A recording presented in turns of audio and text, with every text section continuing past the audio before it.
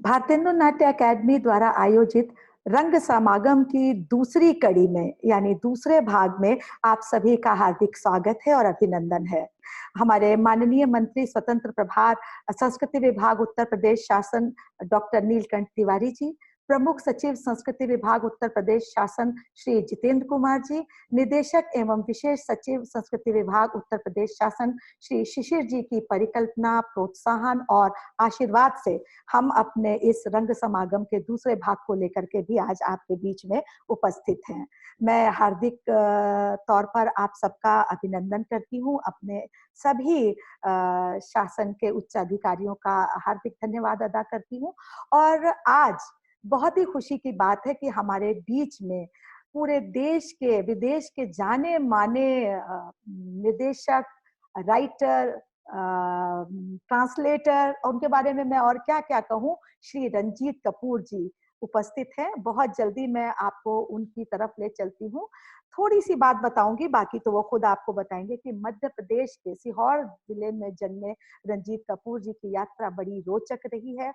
वो एनएसडी गए किस तरह से, फिर वहां पर उन्होंने निर्देशन में अपना स्पेशलाइजेशन किया और उसके बाद डायरेक्शन में उनको बेस्ट डायरेक्टर अवार्ड मिला।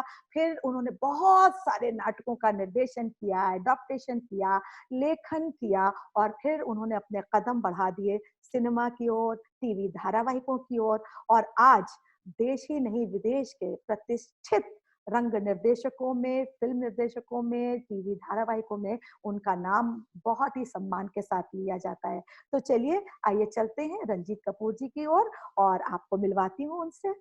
नमस्ते रंजीत भाई, आपका बहुत बहुत स्वागत है। और आप ठीक है रंजीत भाई? मैं बिल्कुल ठीक हूँ। मैं भी आप लोगों का आभारी हूँ कि मुझे इस योग्य समझा कि मैं यहाँ आऊँ और बीएनए के स्टूडेंट से बातचीत करूँ, आपसे बातचीत करूँ। बहुत बहुत धन्यवाद। ये हम लोगों का सौभाग्य है कि आज आपने वक्त दिया और आज आप हमारे बीच में हैं। रंजीत भाई, बहुत सारी बातें दिमाग में हैं जो सारे युवा रंगकर्मी, जो अगली पीढ़ी अब तैयार हो रही है, वो भी जानना चाहती है। हमारे और आपके समय के लोग तो सब आपके बारे में जानते ही हैं। तो मेरी पहली बात कि सबसे पहले आपकी कहानी आपकी जुबानी सुनना चाहेंगे कि वो लड़का जो एक हौसला लेके चला, जिसके पास विरासत थी, जिसके पास सपने थे, हौसले थे, उड़ान थी, वो कहाँ से शुरू किया उसने और क्या-क्या सोचा और कहाँ तक पहुंच गया। आज वहां से शुरू करते हैं। जरूर। जी, तो आप मुझे बताइए मैं कब बोलना शुरू करूँ? आप शुरू करिए। बिल्कुल बात कीजिए, मैं आपसे पूछ रही हूँ। तो मैं चित्रा जी और मेरे सारे प्रिय विद्यार्थियों, मैं थोड़ा सा अपना संक्षिप्त परिचय दे दूं। जी, सबसे पहले तो ये कि मैं पैदा हुआ सीहोर, एक छोटा सा कस्बा हुआ करता था, बहुत बड़ा जिला है जी, भोपाल के पास मध्य प्रदेश में। जी, जी, तो वहाँ 9 जून 1948 को मेरी पैदाइश हुई और मेरे फादर की थिएटर कंपनी थी, एक पारसी थिएटर कंपनी जो वहाँ लगी हुई थी। तो संयोग था कि कंपनी वहाँ लगी थी सीहोर में, तो मैं वहाँ पैदा हो गया। कंपनी कहीं और लगी होती तो शायद कहीं और पैदा हुआ। जी। क्योंकि सीहोर को मैंने अपने जन्म के 60 वर्ष के बाद देखा दोबारा। ओह, वहाँ एक बार कंपनी वहाँ से निकल गई तो फिर कंपनी तो लगी लेकिन मैं नहीं जा पाया था। तो वो मैं 2011 में नेशनल स्कूल ड्रामा ने मुझसे कहा कि जी, आप 1 महीने का मध्य प्रदेश का टूर कीजिए अपने 2 नाटकों के साथ, 3 नाटकों के साथ। जी, तो मैंने नाटक तैयार किए जी, और 1 महीने का मुझको एक पूरा जो शेड्यूल बना के दिया गया, तो उसमें पहला जो शहर था जहाँ हमको परफॉर्म करना था, वो सीहोर था। तो जी, it was a very pleasant surprise for me जी, और थैंक्स टू अनुराधा कपूर जी और कीर्ति जैन, तो उनको ये पता था कि मैं सीहोर में पैदा हुआ हूँ, जी, तो उन्होंने मध्य प्रदेश टूर की जब शुरुआत की तो सीहोर से की। जी, बहरहाल सीहोर मेरा जन्म स्थल रहा। जी, फिर मैं पढ़ाई मैंने भोपाल में की 9th क्लास तक।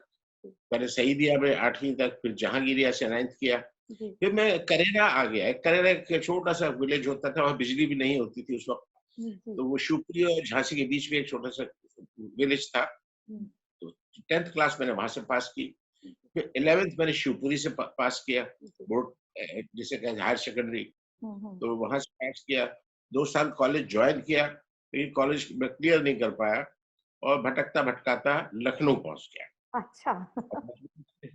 लखनऊ से फिर कुछ संयोग ऐसे हुए, मेरे मित्र थे हरिवंश सैमसन, 76 में उनकी डेथ हो गई। जी, उन्होंने मुझे धक्का देकर नेशनल स्कूल ड्रामा में भेजा। जी, 73 में, 76 में मैंने पास आउट किया। जी, 2 साल रेपटी कंपनी में काम किया, 2 प्रोडक्शन किए वहाँ, जी, बेगम का तकिया, मुख्यमंत्री, जी, उसके बाद रिज़ाइन कर दिया।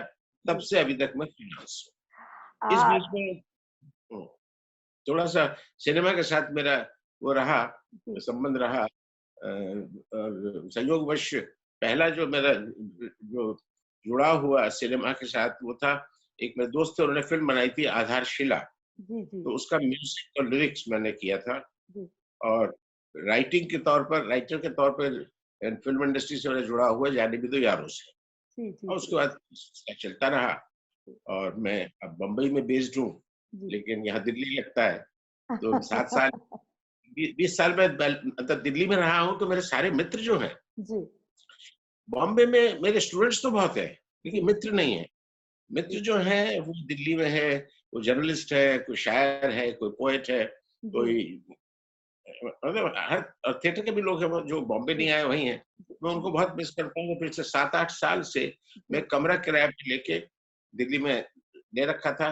जब यहाँ से दिल उकताता था, उनको बहुत मिस करता था, तो भाग के दिल्ली आ जाता था। जी, तो लेकिन इस बार मैंने वो कमरा छोड़ दिया है क्योंकि ये कोविड की वजह से। जी, लेकिन थिएटर को मैं बहुत मिस करता हूँ और मुझे आपके जो डायरेक्टर हैं उन्होंने मुझे संपर्क जी, किया, उन्होंने कहा कि हम आपको बुलाएँगे, तो मैंने कहा मैं सर के बल दौड़ के आऊँगा। क्योंकि जी, जी, थिएटर मेरी रूहानी जो है ग़िज़ा है और थिएटर जी। के बिना मेरा गुज़ारा नहीं होता। मैं समझ सकती हूँ इसमें हमारे निदेशक रमेश चंद्र गुप्ता जी का बहुत बड़ा योगदान है। रंजीत भाई अभी आपकी बात सुन रही थी तो बहुत दूर विगत में चली गई। आपने बताया सीहोर मध्य प्रदेश से आप आए और फिर आपकी यात्रा शुरू हुई। आपके साथ एक रंगमंच की एक विरासत रही है, टूरिंग थिएटर के बारे में भी जहाँ तक मैंने सुना है। मैं शुरुआत करना चाहूँगी कि आप उसके बारे में ज़रूर बताएँ ताकि हमारी जो ये यात्रा है, जो आज के रंगकर्मी, युवा रंगकर्मी हैं, वो उस बारे में जान सकें क्योंकि आज लोगों को बहुत लोगों को बच्चों को नहीं पता है और बहुत सारे जो नए लोग आ रहे हैं मैं चाहती हूँ एक बार आपकी ज़बानी सुनेंगे तो एक नई रवानगी के साथ बात आएगी ये। हाँ, मैं ज़रूर बताता हूँ आपको, बहुत स कोशिश करूँगा बहुत ही मुख्तसर में बताऊँ जी, कि पारसी सबसे पहले ये जानना बहुत ज़रूरी है स्टूडेंट्स के जी, लिए जी। कि पारसी थिएटर जो था इनफैक्ट शेक्सपियरियन थिएटर था। कोई जी, अलग स्टाइल नहीं था वो। हुँ, लेकिन चूँकि पहली कंपनी न्यू अल्फ्रेड कंपनी एक पारसी व्यक्ति ने बनाई थी, तो उनका जो पारसी शब्द है उसके साथ जुड़ गया। जी, तो पारसी थिएटर कहने लगे उसको, लेकिन उनके सारे नाटक का जो स्टाइल था, एक्टिंग स्टाइल था, वो शेक्सपियरियन स्टाइल था। जी, और शुरू-शुरू में तो बहुत से ऐसे नाटक आगा साहब थे उस न्यू अल्फ्रेड कंपनी है, जी, तो उसमें बहुत से नाटक शुरू में ऐसे थे जो शेक्सपियर से ही प्रभावित थे। हुँ, शेक्सपियर के नाटकों से या वेस्टर्न मिसाल के तौर पर नेक परवीन नाटक था, जी, तो जी, वो अलेक्जेंडर दुमा की जो उपन्यास था उसके ऊपर जी, आधारित था। और खून नाहक हैमलेट के ऊपर था।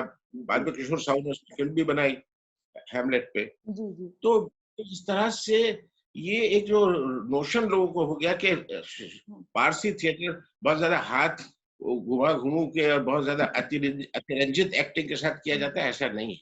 जी, वो शेक्सपियर अगर इस तरह के लार्जर दैन लाइफ कैरेक्टर जब आप करेंगे, जी, तो जी, थोड़ा-सा उसमें अतिरंजना तो आती है। बिल्कुल, हाँ, मेलोड्रामा मेलोड्रामा ज़रूर होता था। मेलोड्रामा उसकी है। जो हाँ, मेलोड्रामा मेलोड्रामा आसान काम नहीं है।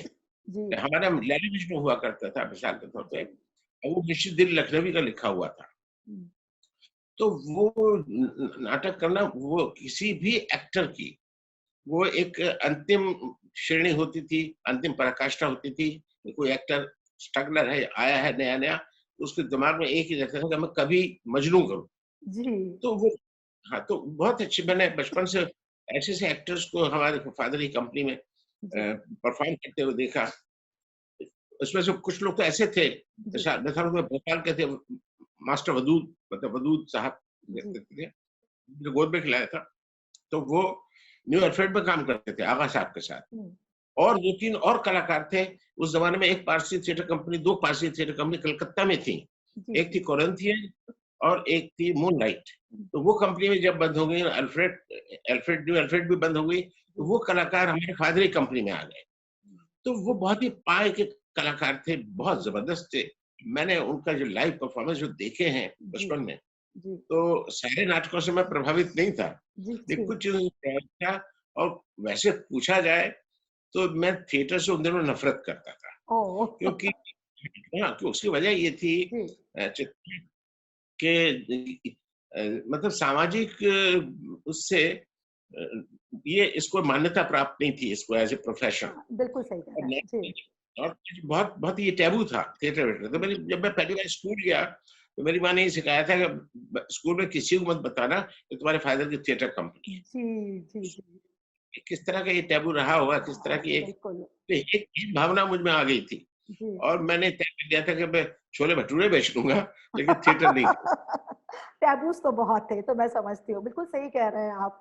तो फिर ये जो इतनी बात आपने बताई, क्या उस समय की कोई वानगी आपको याद है, जिसने आपको बहुत इम्प्रेस किया हो? कौन सी चीज?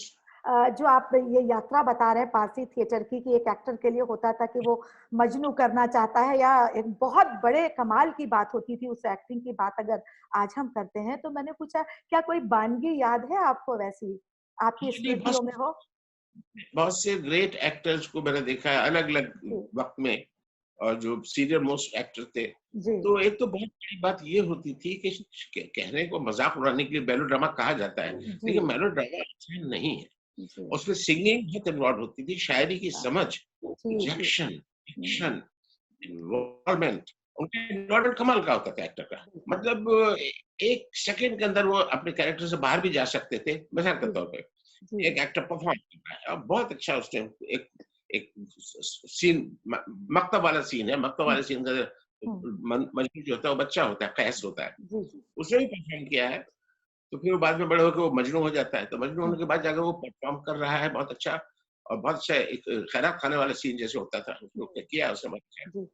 तो ऑडियंस से इनाम भी आता था। जी, जी, जी। तो जैसे जो 3-4 लोग इनाम देते थे, तो जो हमारा अनाउंसर था वो पैसे लेके स्टेज पे आता था। तो जो मजनू जो कर रहा है वो समझ जाता था कि इनाम आया है तो एक तरफ खड़ा हो जाता था वो। और अच्छा। वो माइक पे आके कहता है कि हमारे फलाने जो कलाकार हैं इनके परफॉर्मेंस पे खुश होकर फलाने-फलाने साहब ने जो है ये हुँ, ₹10 इनको इनाम दिए हैं, ये ₹5 इनको इनाम दिए हैं। मैं उनकी तरफ से और कंपनी की तरफ से उनका शुक्रिया अदा करता हूँ। जी, और ये क्या किया जाता था और उसके बाद फिर वो आ जाते थे जी, सामने जी। मजनू। अब हुँ, फुल इन्वॉल्वमेंट ऐसा लगता ही नहीं था। इस बीच में वो मुड़ के अपने कुछ इशारे-विशारे भी कर रहा है अपने विंग में जी, अपने को एक्टर्स को सब कुछ है। जी। तो इट वाज़ फन आल्सो। जी, लेकिन ये जो मास्टरी थी, अपने अपने प्रोफ़ेशन पे, अपने क्राफ्ट पे, अपने उसके हुँ, स्किल की जो जी, पकड़ थी, जी। जो वो जो थी, वो बहुत ही इनक्रेडिबल, बहुत अमेज़िंग थी। तो सही आज कह के रहे हैं। कलाकार नहीं कर सकते। बिल्कुल सही कह रहे हैं आप। अब मतलब आज के लिए जो आज एक्टिंग का ट्रेंड है, जो आगे हम लोग और बात करेंगे, अगर देखा जाए तो ये हमारी बहुत स्ट्रॉन्ग पृष्ठभूमि रही है, हमारी एक्टिंग की ले लीजिए या जितनी अभी आपने बात कही कि एक कलाकार की परफॉर्मेंस की है, जिसको हम आज मज़ाक में मेलोड्रामा कह के हँसी उड़ा देते हैं। लेकिन सच पूछे तो बहुत ही सशक्त, सधा हुआ अभिनय जिसमें सिंगिंग भी थी और इतने हज़ारों लोगों के सामने परफॉर्मेंस करना, ये बहुत ही जिगरे वाली बात जिसे हम कहते हैं, वो वाली बात थी। तो रंजीत भाई अभी आपसे ये बातें मैंने सुनी, मैंने ये भी सुना है कि आप राष्ट्रीय नाट्य विद्यालय गए और आपने अपना स्पेशलाइज़ेशन डायरेक्शन में किया और जब आपने डिप्लोमा लिया तो आपको अवार्ड भी मिला। तो ये डायरेक्शन की तरफ आपका कैसे रुझान हो गया? पहले तो थिएटर की तरफ, थिएटर से तो मैं जी, एक ज़माने में जी, कहानियाँ वगैरह लिखता था। मेरी कहानी छपी थी सारिका में। सारिका उस वक़्त की सबसे प्रतिष्ठित जी, जी, पत्र पढ़ी है। जी। की हुँ, सिस्टर पब्लिकेशन। सबसे सबसे ज़्यादा टॉप मोस्ट मैगज़ीन होती थी। उसमें छपना जो था अपने आप में एक बहुत बड़े ऑनर की बात थी। जी, जी। तो कमलेश्वरी जी संपादक होते थे, तो उन्होंने मुझे चिट्ठी लिखी थी कि हुँ, रंजीत तुम्हारा थिएटर का इतना अच्छा बैकग्राउंड है, तुम नेशनल स्कूल ड्रामा क्यों नहीं जॉइन करते? जी। तब मैंने ये बिल्कुल उनको चिट्ठी में लिखा था कि भाई साहब हुँ, मैं छोले-भटूरे बेच दूँगा लेकिन थिएटर नहीं करूँगा। तो अच्छा। ये थी जी, मेरी सोच, वो जी, मेरी हीन भावना थी। जी। लेकिन लखनऊ आने के बाद लखनऊ का बहुत बड़ा योगदान है चित्रा मेरी लाइफ़ में। जी, मैं समझती जानती हूँ सर। जी, पैदा मैं मध्य प्रदेश में हुआ, लेकिन जी, मेरी पत्नी तिशा जो है वो लखनऊ की थी। जी, तो उनकी वजह से मैं पहले तो मैं ये कह देता था कि अपने किसी ऐसे मित्र से मत जिनसे भी मिला ना, जी। उनको ये मत बताना कि मेरे फादर की थिएटर कंपनी है। अ, लेकिन ये बता देती थी। तो उसका उल्टा ये असर हुआ कि जो लोग मुझसे मिलता था और उनको पता लगता था मेरे फादर की थिएटर कंपनी है, तो मुझसे और ज़्यादा इज़्ज़त से मिलता था। जी, अरे यार! आपकी तो बहुत अच्छा बैकग्राउंड है। तो ये वो पीरियड था 70s का, हुँ, लखनऊ का जो रेनेसाँ जिसे हम कह सकते हैं, जी, रेनेसाँ जी, पीरियड हुँ, था।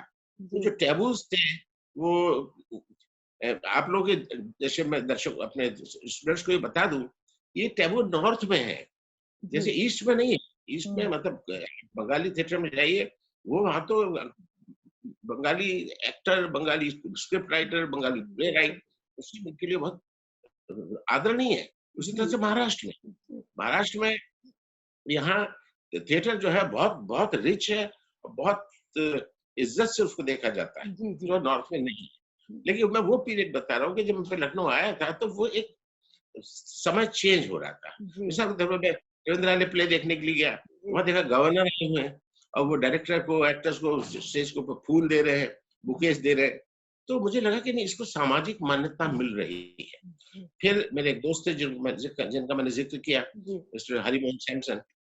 तो उन्होंने कहा कि आप दूसरों को कहते रहते हो ये एफटीआई जाओ और हुँ, एनएसडी जाओ, आप क्यों नहीं जाते हैं? मैंने कहा हुँ, मैंने कहा मेरा बेटा हो चुका था, 3 साल का बेटा था। मैंने कहा मेरा तो टाइम निकल गया। कहते कुछ हुँ, नहीं निकला।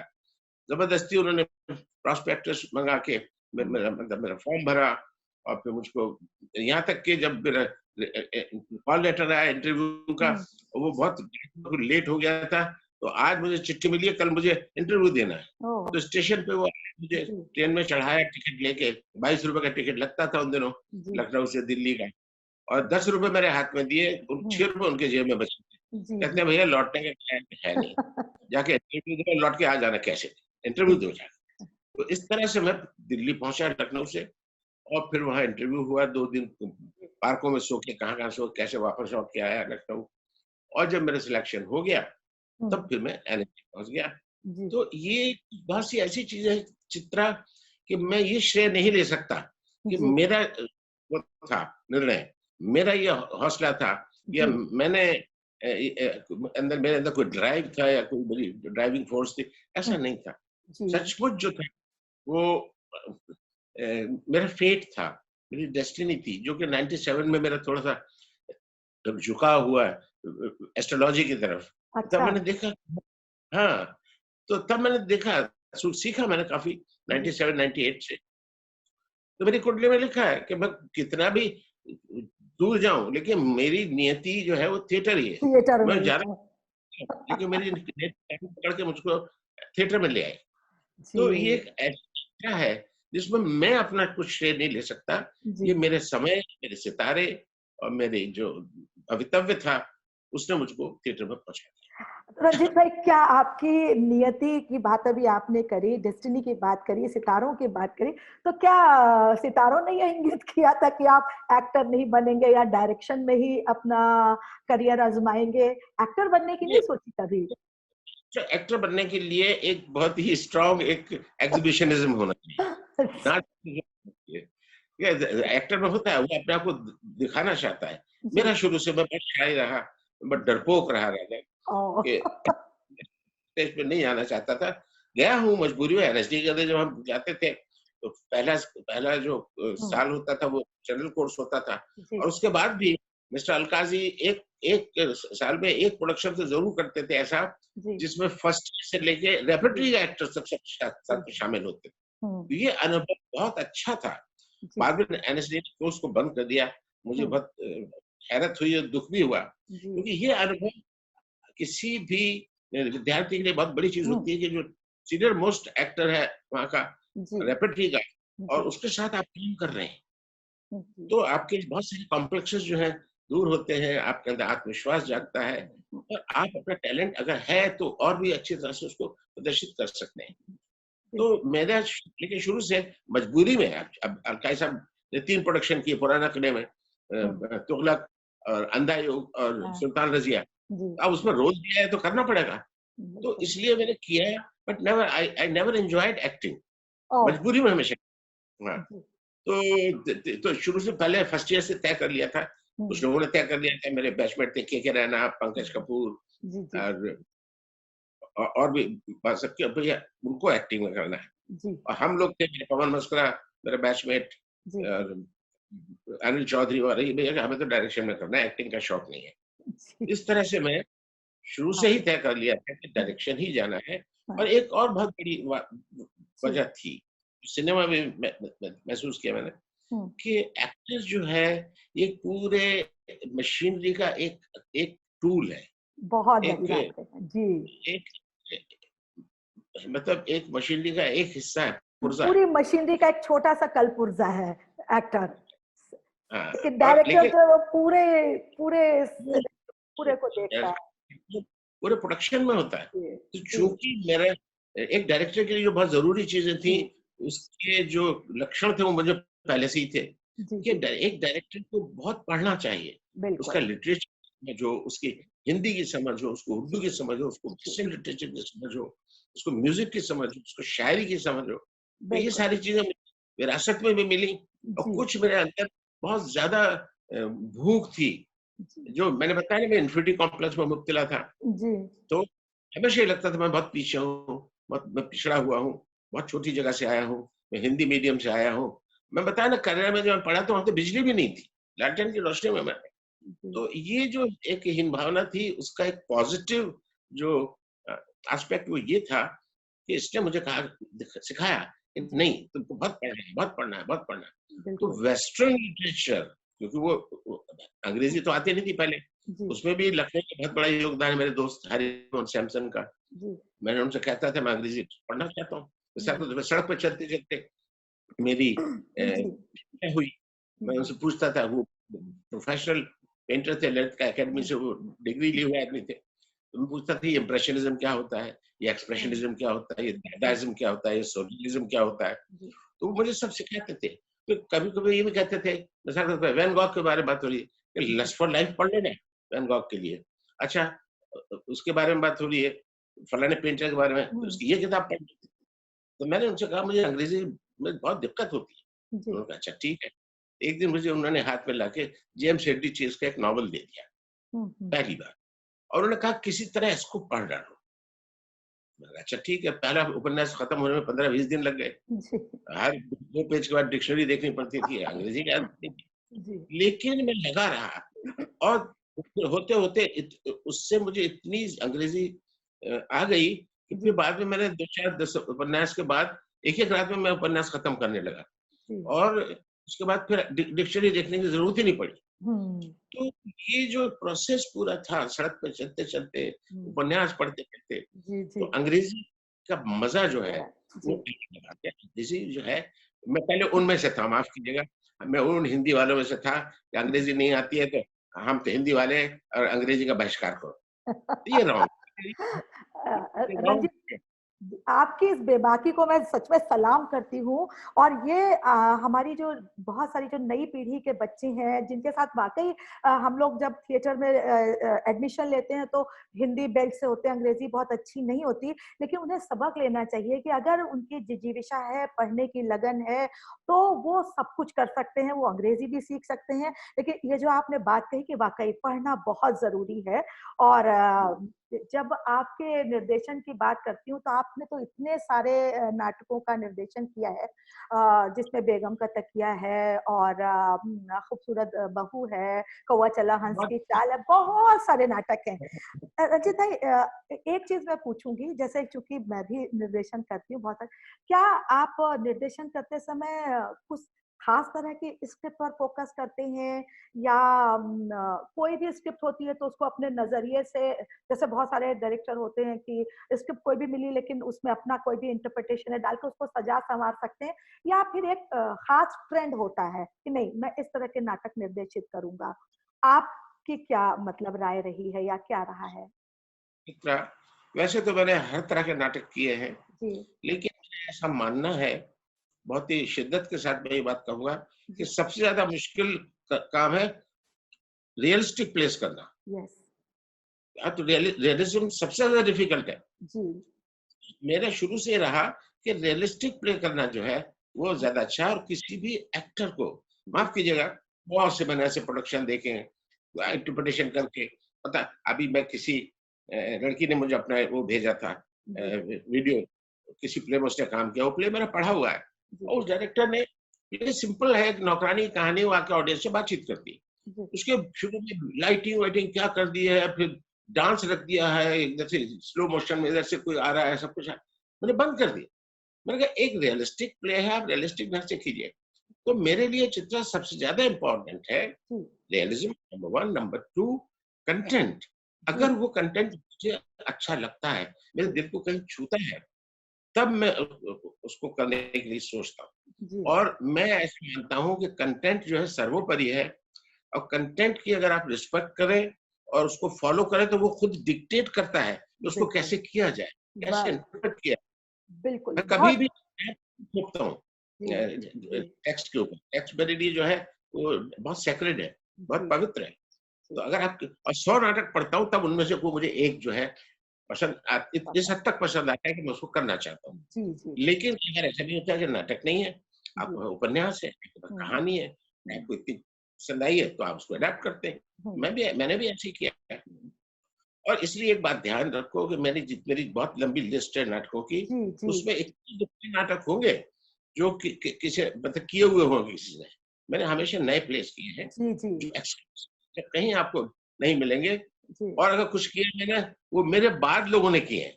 जी, जी, चाहे वो कोर्ट मैचर हो, चाहे वो खूबसूरत बहू हो, हाँ, चाहे वो एक बूढ़ी आदमी हो। जी, ये सब मैंने ओरिजिनल मैंने उनको रीराइट किया है, जी। और मैंने किया है, उसके बाद लोगों ने किए हैं। बिल्कुल, बिल्कुल। अभी आपने बहुत अच्छी बात कही कि जो टेक्स्ट है वो खुद बोलता है कि उसको किस तरह से किया जाए। कभी कोई जी। ऐसी चुनौती नहीं आई कि टेक्स्ट कुछ कह रहा है और आपका दिल कहता है कि नहीं इसको इस फॉर्म में करें, ऐसा कोई क्लैश आया कभी लाइफ में? क्लैश तो नहीं आया, लेकिन एक जो चैलेंज था, वो जी, बहुत बड़ा था। उपन्यास पता नहीं आपने पढ़ा है कि नहीं पढ़ा है? अगर ना पढ़ा हो तो पढ़िए, जी, और साथ में अपने विद्यार्थियों को भी जी। कहिए पढ़ें। वो है कुरु कुरु स्वाहा। हाँ, पढ़ा हुआ है। जी, बहुत बड़ा बहुत नाटक है, बहुत शायद है। बड़ा। जी, मैं प्रभावित था उस उपन्यास से, जब नया-नया पढ़ा था मैंने, जी, जी, तो मैंने तय किया स्टेज पे करूँगा। जी। उसे कई साल के बाद ये नौबत आई कि चलो अब मैं स्टेज पे इसको करता हूँ। हुँ, तो मेरे तो हाथ पैर फूल गए पहले तो। मैंने कहा मैं इसको स्टेज पे कैसे करूँगा? जी, एक तो उसको समेटना, इतने बड़े उपन्यास को। जी, नंबर 2, उसमें जो जोशी जी का एक बहुत ही एक यूनिक उसमें उन्होंने वो हाँ, किया है। जी, उन्होंने कहा कि भई हर एक चरित्र के, हर एक व्यक्ति के अंदर 3 लेयर्स होते हैं। हुँ, एक व्यक्ति जो होता है, वो बहुत ही आदर्शवादी होता है जी, और इंटेलेक्चुअल होता है। एक बच्चा होता है, भोला-भाला सब, और जी, एक होता है प्रैक्टिकल। जी, तो वो 3 जो हैं, वो उसके अंदर लेयर्स हैं, एक-एक कैरेक्टर की। जी, मतलब जी, मनोज जोशी की। जी, जी। वो लिखते हुए इतने मज़े में लिखते हैं कि अपने आप को थर्ड पर्सन भी बना लेते हैं। मिसाल जी, के तौर पे कि भई ये घटना हो गई, तो मैंने कहा जोशी जी अब यहाँ से निकल लो। हम जी, लोग कई बार कहते हैं ना अपने आप से कि भैया मैं हाँ, गया, मैं अपना किस्सा बता रहा हूँ जी, मैं उस पार्टी में गया, हाँ, लोग बहुत ड्रिंक करके आपस में झगड़ने लगे, तो मैंने जी। कहा रंजीत कपूर यहाँ से निकल लो। तो रंजीत बात ये कर रहा है, अपने आप को मैंने थर्ड पर्सन बना दिया। जी। तो उसके लिए बहुत किया किया था, तो मैंने कहा इसको मैं कैसे करूँ? तब एक इस मुझे सूझा, अब यहाँ फॉर्म आ गई, है जी, ना? वही, कंटेंट वही। की वजह से चीज़ है, हाँ, अब ये फॉर्म आ गई। हाँ, मैंने कहा अच्छा मैं क्या करता हूँ, 3 एक्टर लेता हूँ जी, और उनसे एक कैरेक्टर बनाता हूँ। जी, तो एक एक्टर हो गया मनोहर, हाँ, दूसरा हो गया जोशी, जोशी, तीसरा हो गया हाँ, श्याम। हाँ, जी, ये एक बहुत बड़ा चैलेंज था, जी, और आई वाज़ नॉट श्योर कि ये मतलब लोगों को समझ में अगर रजिस्टर होगा, हाँ, पसंद आएगा, नहीं आएगा। लेकिन आपको एक जो लेकिन बहुत हिट हुआ, बहुत अच्छे रिव्यूज़ मुझे मिले। लेकिन हुँ, सबसे बड़ा रिव्यू जो है ना, सबसे बड़ा कॉम्प्लीमेंट मुझे पता है किसने दिया? किसने? फर्स्ट शो में जोशी जी आए अपनी पत्नी के साथ, भगवती जी, जी के साथ, जी, और वो बैकस्टेज आए मिलने, और भगवती जी ने, भाभी जी ने मेरा हाथ कस के पकड़ लिया क्या बात और बोली कि भैया हमें पहली बार समझ में आया कि इन्होंने क्या लिखा था। है! बहुत बड़ा कॉम्प्लीमेंट है भाई ये तो। सही बात। क्योंकि क्या होता है, मैंने ये देखा है चित्रा जी, कि डायरेक्टर में इतना अहम होता है, वो अपने आप को अपना जो पांडित्य प्रदर्शन के लिए जी, वो क्या करता है, सिंपल प्ले को भी ना जटिल बना देता है। बना दे लेकिन बिल्कुल, उनका जटिल कुरकुर स्वाद से ज़्यादा जटिल रचना कौन होगी? तो सही उस बात है, जटिल बहुत रचना जटिल। सिंपल कर दूँ कि लोगों तक पहुँच जाए। और जी, इसीलिए देखो यार, तुम नोट करो, सिवाय पहले प्ले के जी। मैं अपना निर्देशिकी भी नहीं लिखता हूँ। हाँ, ये बहुत बड़ी बात आपने कही। मैंने हमेशा नोट किया है कि आप कभी निर्देश किए नहीं लिखते हैं। मुझे निर्देशक के मैंने बहुत से ऐसे निर्देशक पढ़े हैं जिसमें जी। इतनी अच्छी की गई है, लेकिन वो प्रस्तुति में नजर नहीं आई। क्योंकि क्योंकि रंजीत कपूर जी को जरूरत ही नहीं पड़ती, वो सब कुछ दिखा देते हैं, जनता खुद ही समझ जाती है कि आप क्या कहना चाह रहे हैं, कैसे दिखाना चाह रहे हैं। तो जाहिर सी बात है कि ये निर्देशकीय अपने मैंने मेरी आप में। प्रस्तुति में जी। ये अतिरिक्त क्या कहते हैं, तो कभी बहुत जरूरत महसूस हो जाती है, हाँ। जैसा लगता है एक ऐसे ऐतिहासिक चरित्र के बारे में लिख रहा हूँ, जी। तो कभी कभी ऐसा मौका आया भी है कि थोड़ा मैंने लिखा है, जी। लेकिन बहुत ही पात्र को बहुत ही मजबूरी में लिखा है कि जहाँ मुझे लगा जी। ये जी। ऑडियंस जो है इसको जानना बहुत जरूरी है। जी। एक ठीक है। छोटा-सा सवाल आपकी बात से और उपजा। जितना मैं आपको जानती हूँ, मैंने आपका जनपद किस देखा और आपके जनपद किस ने तो मतलब तहलका मचा दी। तो ये जो रंजीत कपूर के अंदर जो शैतान बच्चा है ना, वो क्या चीज़ है और ये कैसे आपने किया? मतलब ट्रेमेंडसली, मतलब बहुत ही गज़ब का नाटक है ये। वैसे वैसे मैं बहुत गंभीर व्यक्ति हूँ, लेकिन हास्य मुझे बहुत पसंद है जी। और कॉमेडी इसलिए मैं बहुत पसंद है मुझे जी। कि मैं चेखव का भक्त हूँ और अच्छा। चेखव क्योंकि डॉक्टर थे वो चेखव जी। जी। और जो भी लिखते थे वो उसके साथ उनका एक डिटैचमेंट रहता था, जी। है ना? और वो अपने चरित्रों के साथ कभी दया नहीं करते थे। बिल्कुल। और लेकिन हाँ, लेकिन उनकी एक एक जो अंडरकरेंट जो होता था, वो एक उनकी मानवीयता होती थी, उनकी संवेदना होती थी, कि हुँ। जहाँ वो शुरू में चरित्र लग रहा है बहुत ही फ्रिवोलस, बहुत ही हुँ। नेगेटिव सा लग रहा है, एंड हाँ। तक आते-आते उस चरित्र के अंदर कोई ना कोई एक सिल्वर लाइनिंग होती थी, कोई ना जी। कोई एक हाँ। कहते हैं कि एक सिल्वर मानवीय गुण भी उसका निकल के आता था। जी। कॉमेडी मुझे बहुत पसंद है और एक बात और मैं बहुत शिद्दत से मैं महसूस करता हूँ अपने जी। लिए, जी। मानता हूँ ऐसे कि मैं वही काम करता हूँ जिसमें मुझे मज़ा देता है, जी। मुझे आनंद आता है जिसमें। बिल्कुल। अगर मुझे आनंद नहीं आएगा तो दर्शक को भी आनंद नहीं आएगा। मैं अपने एक्टर से भी कहता हूँ, उनको इस तरह से मैं ग्रूम करता हूँ, इस तरह से उनके साथ काम करता हूँ, कि मैं चाहता हूँ कि वो एन्जॉय करें। जी। अगर वो एन्जॉय करेंगे, तभी ऑडियंस भी एन्जॉय करेगी। बिल्कुल। अब उनके सर पे अगर बोझ लाद दिया और उनके सर पे ये हो गई, ये एक बेगार हो गई, ये मुझे करना है, या उसने खुद अपने ऊपर ऐसी कुछ चीज़ लाद दी कि हुँ। उस जैसे बहुत सामाजिक कार्य करने जा रहा है, नहीं, जी। सामाजिक कार्य भी हँसते-हँसते ही करते तो अच्छी बात है। हाँ, उसका पूरा आनंद लेकर के जब करा जाता है तो सही बात है, वो बहुत ही सरलता से और जिसे कहते हैं सहज प्रवाह के साथ निकलती है। रंजीत भाई, हाँ। आपने रंगमंच के साथ-साथ फिर फ़िल्मों की तरफ रुख किया, धारावाहिकों का निर्देशन किया, तो ये जो एकदम एक चेंज आया, तो उसके बारे में भी थोड़ा जानना चाहूँगी कि रंगमंच पे तो आपके निर्देशन में की एक अलग धूम है और फ़िल्मों के लिए आपने संवाद भी लिखे, धारावाहिकों का निर्देशन भी किया। तो उसमें कुछ अंतर पाते हैं या कितना आपके दिल के करीब है? चित्रा, एक तो मैं बता दूँ, मुझे बचपन से मैं अंग्रेज़ी फ़िल्में बहुत देखता था। मेरी माँ जी। मेरे पिता जो पढ़े-लिखे लोग थे जी। जी। और जी। बहुत ही मतलब मैं जब चौथी 5वीं क्लास में पढ़ रहा था, जी। तब मैंने गोर्की को, टॉलस्टॉय को, जी। तुर्गेनेव को और इसको अपना इनको जो जितने भी क्लासिक हैं जी। राइटर्स, उनको मैंने पढ़ लिया था। जी। जी। समझ नहीं थी मेरी, जी। लेकिन कहीं न कहीं आपके मेमोरी बैंक में ये सब चीज़ें चली जाती हैं धीरे-धीरे, जो बाद में काम आती हैं। जी। तो एक तो ये जो चीज़ थी, लिटरेचर से मेरा जो जुड़ाव था, हुँ। वो बहुत ज़बरदस्त था। जी। तो वो यूँ काम आया कि जब कुंदन शाह जो जी। थे वो फ़िल्म बनाना चाह रहे थे, जी। जाने भी दो यारो, उसका नाम जी। मैंने ही रखा था, जाने भी दो अच्छा। यारो नहीं था, जी। अंग्रेज़ी में रखा था ऑल स्क्रूड अप करके। ओके। तो मेरे 2 मित्र थे उस वक़्त, बहुत ही करीबी, एक दिल्ली के मित्र थे रवि बासवानी जी। जी। और एक एफटीके के मित्र थे वीर विनोद चोपड़ा जी। और उसकी वाइफ़ रेणु सलूजा। ये जी। लोग बड़े मेरे बहुत घनिष्ठ मित्र थे। तो कुंदन को राइटर नहीं मिल रहा था, जी। क्योंकि कई लोग 1-2 बात उससे कहा तो उन्होंने रिजेक्ट कर दी। उनको ये समझ ही नहीं आ रही थी जी। कि इंटरवल में लाश कैसे चल रही है। जी। जी। तो जी। वो बहुत ही रियलिस्टिक से उसको देख रहे थे। हाँ। तो इन दोनों व्यक्तियों ने उससे कहा कि इस तुम्हारी फ़िल्म को रंजीत लिख सकता है, क्योंकि वो मॉलियर किया हो। अच्छा। तो जी। आपने मॉलियर किया है, हाँ। किसी भी एक्टर, मैं ये मानता हूँ, जब मैंने 79 में बिच्छू किया ओमपुरी के साथ, तो ही जी। वाज़ जी। वेरी शाय, जी। नसीर साहब। जी। बहुत बहुत इनहिबिटेड थे, बहुत कॉम्प्लेक्स थे, हुँ। खुलते नहीं थे। तो हाँ। मैंने उनसे ये कहा था कि एक्टर जब तक कॉमेडी नहीं कर लेता या मौलिया को नहीं कर लेता, वो कभी कंप्लीट एक्टर नहीं सही, बन सकता बिल्कुल कुछ। सही बात। जी, जी, जी। और ओमपुरी जी अपने आखिरी दिनों तक ये कहते रहे जी। कि कॉमेडी की कमाई मैं रंजीत की वजह से खा रहा हूँ। जी, तो बीच में कर लिया। बहरहाल जब मेरे पास आया दिल्ली, और मैंने पहले उसको बोल दिया था, उस वक़्त फ़ोन-वोन तो बहुत ही जी, मुहाल होते थे। तो हाँ, चिट्ठी से पत्रव्यवहार हुआ तो उससे तो मैंने कहा था, भैया देखो, मैं तुम्हारा जी, सब्जेक्ट सुनूँगा, अगर अच्छा लगेगा तो जी, लिखूँगा, नहीं तो नहीं जी, लिखूँगा। जी। Fair enough. वो आया, मुझे उसने सब्जेक्ट सुनाया, हुँ, सब्जेक्ट मुझे पसंद आ गया। जी, तो उसके लिए बहुत, मैंने कहा मैं लिखूँगा। तो उसके लिए वो बहुत ही प्लेज़ेंट सरप्राइज़ था। वो बहुत टेंस था। उसने जी, बाद में कन्फेस किया कि Ranjit, you were my last resort. अगर तुम जी, मना कर देते तो उसकी बोरिया बिस्तर बन गया था, और उसको जाना था, क्योंकि उसका जो वीज़ा ब्रिटिश वीज़ा पे था। उसका वो जी, ब्रिटिश पासपोर्ट पे इंडिया में आया था, एफटीआई में ट्रेनिंग के लिए।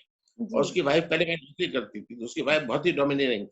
जी, उसने कह दिया था कि ये इतना टाइम है, इसमें अगर तुम बना लोगे तो ठीक है, वरना वापस चलो।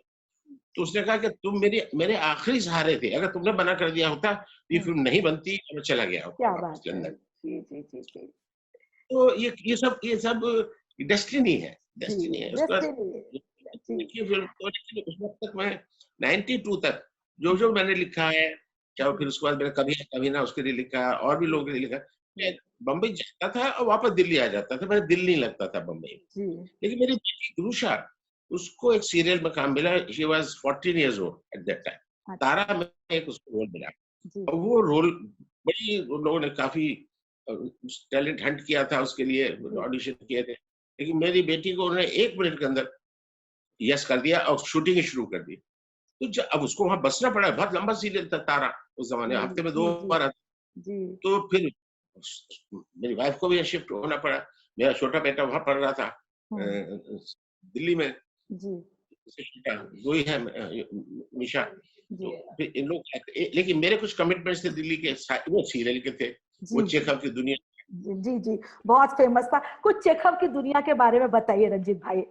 आगे इस पीढ़ी के लिए भी मैं चाहती हूँ और बहुत सारी यादें ताज़ा हो जाती हैं उससे। चेखव की दुनिया, मैं आपको, आपका नंबर दीजिएगा, मैं आपको लिंक भेज दूँगा। अभी उन्होंने पिछले कुछ दिन पहले जी, दूरदर्शन आर्काइव में है वो, तो जी, जी। उन्होंने उसको यूट्यूब पे अपलोड कर दिया है। ये तो अ, हम 26 एपिसोड जी, 26 एपिसोड हमने दिए थे, जी, जी, तो उसमें से 6 पास किए। जी।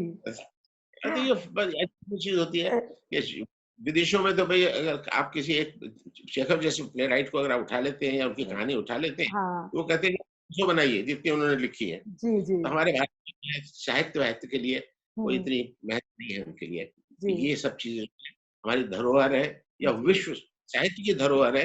इनको इनका डॉक्यूमेंटेशन होना चाहिए, जी, इनको बहुत रिकॉर्ड ज़रूरी। जी, तो आना चाहिए। नहीं हुआ तो वो आप देखिए, 6 कहानियाँ हैं, जी, जी, और इसमें से कुछ कहानियाँ जो है मैं स्टेज पे भी करता था। जी। स्टेज पे मेरा बहुत ही हाँ, सक्सेसफुल मेरा प्रोडक्शन है ये शेखव की दुनिया। हुँ। और जिन्होंने रंजीत भी देखा है, हाँ, सॉरी, हाँ, अच्छा, बोलिए। कोई नहीं, कोई बात नहीं। अब मैं ये पूछ रही थी रंजीत भाई कि इतना लंबा इतिहास रहा है आपके काम का, एक लंबी यात्रा रही है, आपने मतलब मैं कहूँगी कि कंप्लीट अगर कहूँ, वैसे तो इंसान कभी भी पूरा नहीं होता, अपनी कला को लेकर तो कभी अपने को संपूर्ण नहीं मानता है। लेकिन आपने इतना काम किया, डायरेक्शन किया, धारावाहिकों के लिए, फ़िल्मों के लिए लिखा, एडप्टेशन किया, ट्रांसलेशन किया, ये सारी चीज़ करती रही। ज़िंदगी के प्रति रंजीत कपूर का क्या नज़रिया है? मेरा यही है कि मुख्यमंत्री में एक बड़ा अच्छा डायलॉग था कि जी, कैसे हैं आप? वो जी। पूछते हैं दुबे जी, तो कहते हैं जीवित हैं, यही आनंद है। तो मैं बहुत खुश हूँ, जी रहा हूँ, और लेकिन एक खाली एक छटपटाहट है। जी, पिछले 7 साल से जैसे मेरे को नया प्ले नहीं किया। जो भी प्ले किया मुझसे कहा गया आप ये प्ले कर दीजिए, मैंने रिवाइव कर दिया, लेकिन रिवाइव करने में मुझे मज़ा नहीं आता है। जी। जब नया प्ले करता हूँ, तो वो जो एक असुरक्षा की भावना होती है, ये जी, अच्छा होगा, नहीं होगा, मैं कैसे करूँगा? मैं बिल्कुल ज़ीरो पे हाँ, आ जाता हूँ। जब भी नया प्ले करता हूँ, जी, मेरा पिछला जो कुछ भी मैंने किया होता है ना, वो सब अनसीखा हो जाता है। भूल जाता वो है। सब हाँ, अपने आप, और मैं फिर वापस ज़ीरो पे आ जाता हूँ। और उसके बाद फिर करता हूँ। तो नए प्ले में जब करता हूँ, तो वो जो टेंशन होती है, वो जो अनिश्चय होता है, वो जो एक एंग्ज़ायटी होती है, वो जी, मुझे जी, हाई दे, वो बिल्कुल, मुझे जी, मुझे मुझे मतलब वो करता है, जीवंत बना देता है। तो बिल्कुल। पिछले 7 साल से मैंने कोई नया नाटक नहीं किया है। जी, इस उम्र में और ये मैं बता रहा हूँ आपको, अभी मेरे पास इतने प्लेज़ हैं, इतनी रचनाएँ जिनको मैं करना चाहता हूँ, तो जी, लगता है कि एक ज़िंदगी तो मतलब बस 2-4 लाइफ़ मुझे अगर मिले, तब कर जी, पाऊँगा। जी, लेकिन अफ़सोस ये होता है कि 7 साल में मेरे जैसा आदमी जो 1 साल में 1 महीने में 2-2 नाटक करता था, जी। 7 साल से मुझे बुला ही नहीं रहा नाटक करने के लिए। तो आ, बहुत दुःख मैं आपकी इस छटपटाहट और इस पीड़ा को बहुत अच्छे से समझ सकती हूँ। मैं तो आपसे बहुत छोटी हूँ, लेकिन मैं मानती हूँ कि जितना कुछ किया है, जब कुछ नया नाटक उठाते हैं या जो भी चीज़ नई करने चलते हैं, वो पिछला पूरा भुला करके और फिर नए से जो आपने एंग्ज़ायटी की बात करी, एक कलाकार को शायद यही एंग्ज़ायटी ही बहुत आगे ले जाती है, हर बार एक नया सृजन कराती है।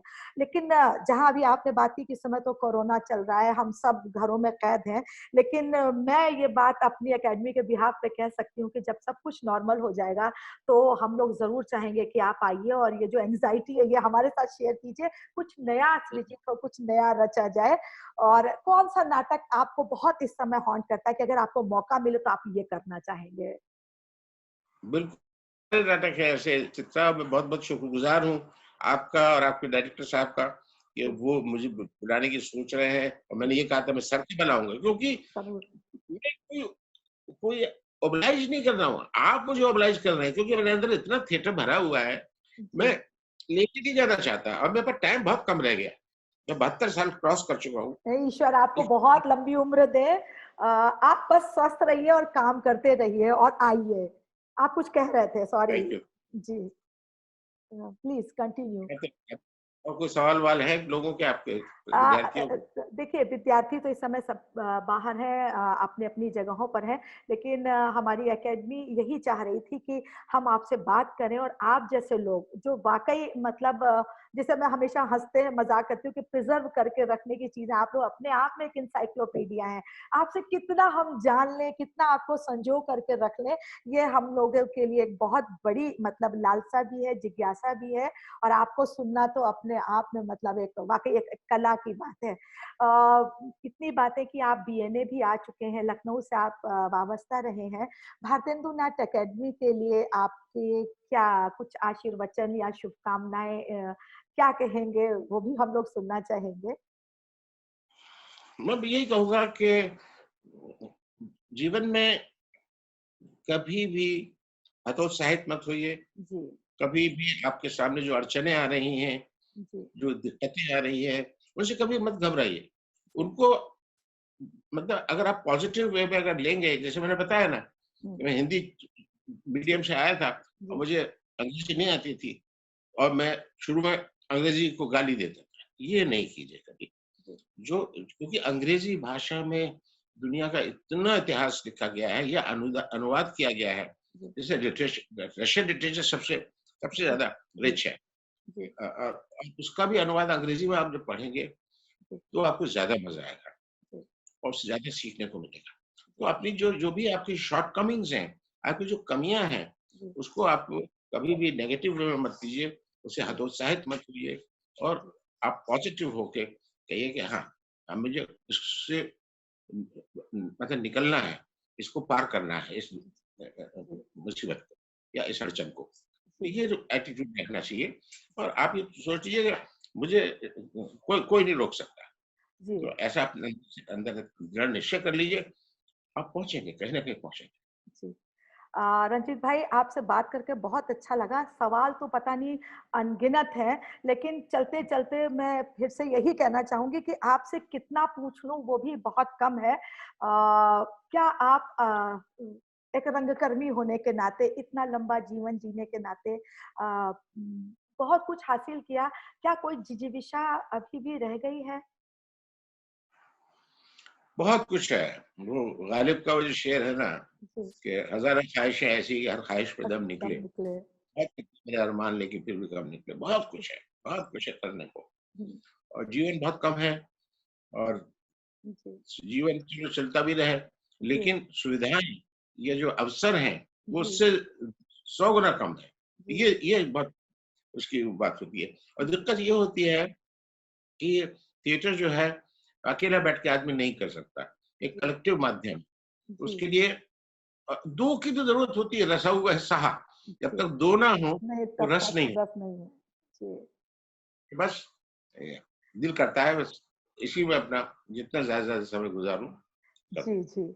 चलिए बहुत अच्छा लगा और रंजीत भाई मैं आपको बताना चाहूँगी कि जो हमारे माननीय मंत्री संस्कृति विभाग डॉक्टर नीलकंठ तिवारी जी हैं, जो हमारे बीएनए के हमारे जो प्रमुख सचिव हैं जितेंद्र कुमार जी और हमारे जो निदेशक संस्कृति हैं शिशिर जी, इन सबकी ये परिकल्पना थी और चाहत थी, उनका आशीर्वाद था, उनका प्रोत्साहन था कि आपको भी हम लोग यहाँ पर ले आएँ। तो उनकी तरफ से तो मैं आपको बहुत-बहुत आभार देती हूँ और चाहूँगी कि आपके भी 2 वचन आशीर्वाद के हमें मिले, शुभकामना के मिले तो हम लोग कृतार्थ होंगे आपकी बात सुन मेरे कर के। मेरा भी इन सब महानुभावों को बहुत-बहुत मेरा वो कहिए जी, धन्यवाद कहिए, मैं उनका जी, आभारी हूँ जी, कि मुझे उन्होंने याद किया और जब भी वो मुझे बुलाएँगे, मैं जी। आऊँगा। लास्ट मुझे याद नहीं मैंने कब 2 प्रोडक्शन किए थे मैंने वहाँ, जी, आपने कोर्ट बीएनए के मार्शल भी किया था। जी, मुझे याद है। जी, एक और किया था, हाँ, 2 प्रोडक्शन किए थे ये जी। दूसरा हाँ, बहुत बड़ा सवाल, मोहन राकेश का। बहुत बड़ा सवाल किया था। जी, तो मुझे लग रहा था वो सिलसिला चलता रहेगा, फिर जी। लेकिन रुक गया, कोई बात नहीं।